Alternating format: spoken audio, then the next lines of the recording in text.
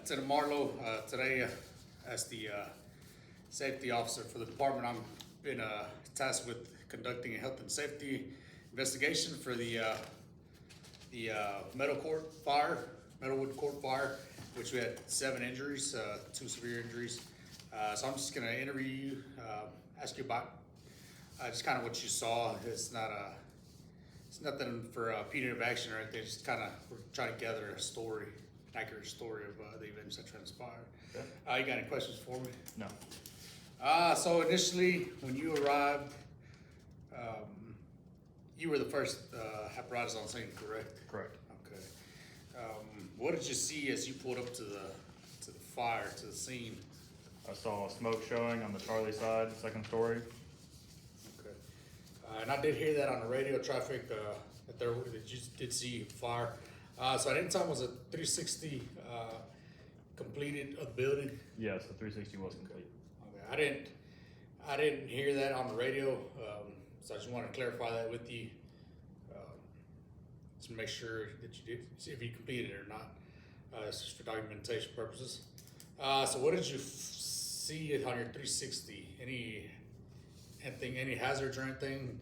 Yes, there's heavy dark smoke and fire showing out the attic of the second story on the Charlie side. So it did appear to you that the attic was involved, correct? Correct. Okay. So at this time, you signed the next in apparatus to do a primary search, correct? Correct. And you initiated direct attack.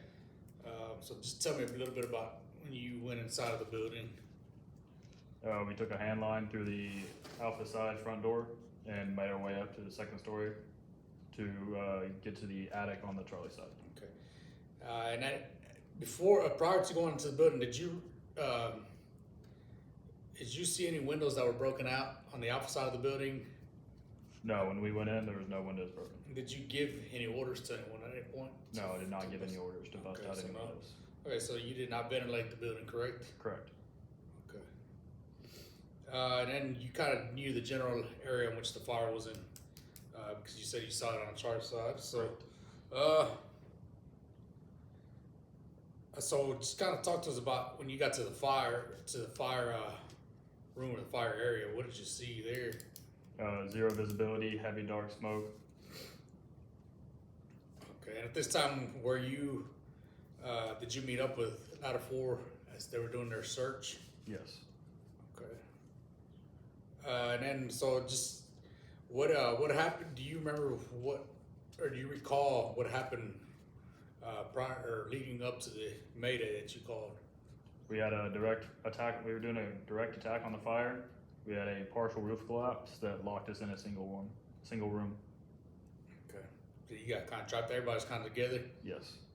Okay. And at this time, do you remember in which order you all evacuated the building?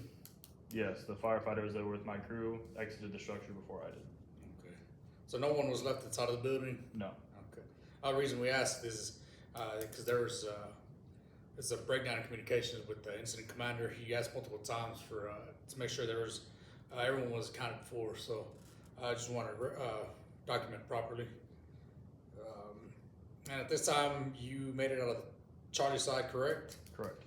And you came out of a window, and then once you made it down, you were EMS made contact, and they initiated their patient care. That sound about right? Yes, sir. Okay.